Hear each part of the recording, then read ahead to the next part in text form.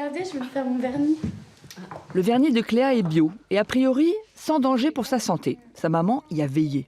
Voilà au moins 1 an que Caroline surveille de près le contenu des produits dans la maison. Maintenant, je fréquente beaucoup plus de magasins spécifiquement bio, qui vendent que du bio, en alimentaire et en cosmétique, produits ménagers aussi, alors qu'avant, j'allais uniquement grande surface, surtout avec une famille. C'était la praticité avant tout qui primait. Alors là, récemment, j'ai acheté ces petites bombes de bain. Et pourtant, dans la salle de bain, il y a encore des substances indésirables. Donc, là, on cherche le code barre pour voir la composition. Et qu'est-ce que ça dit? Médiocre. Ah, pourquoi? Alors, un risque modéré d'aluminium, polyéthylène terephthalate. Ouais, et c'est un perturbateur endocrinien. Voilà. Allergènes, irritants, perturbateurs endocriniens au nom barbare, difficile de s'y retrouver.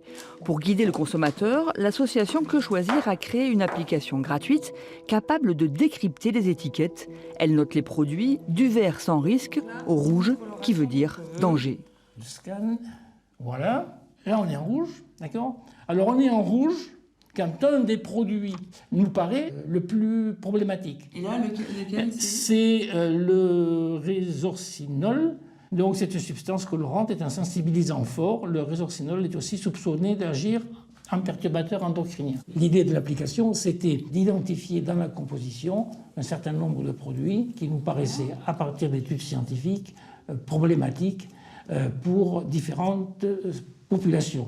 On a ciblé 4 populations: les bébés, les femmes enceintes, les ados et les adultes. Pour l'heure, aucune étude scientifique ne fait l'unanimité sur les dégâts causés par ces molécules chimiques sur l'organisme. Dans le doute, certains fabricants ont décidé de se passer de ces conservateurs. C'est le cas de ce laboratoire familial créé il y a 30 ans à Candilargues. Ici, on utilise des plantes cultivées à proximité pour fabriquer des compléments alimentaires, des huiles essentielles et un peu de cosmétiques. Quand on travaille dans ce milieu-là, on évite, si on veut être éthique et clair dans sa tête, on évite les perturbateurs endocriniens. Après, c'est tout. Jean-Paul Lu a donc créé une crème de jour et une crème de nuit sans ces molécules controversées. Mais comme beaucoup de produits bio, ces cosmétiques contiennent des huiles qui peuvent provoquer des réactions allergiques. Citral, citronellol, limonène. Alors, tout simplement, ça fait partie de la liste des 26 allergènes obligatoires en affichage.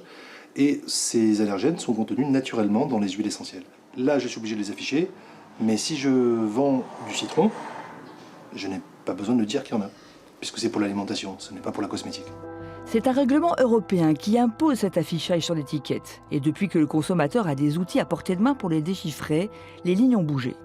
L'usage de ce type d'application a fait beaucoup de bien. Elle a effectivement amené les industriels à s'interroger et à faire évoluer la composition de ces produits. Un certain nombre de choses qui commencent à disparaître des produits. La défiance du public pousse désormais les grandes marques à opter pour des ingrédients plus naturels, preuve que c'est bien le consommateur qui a le pouvoir.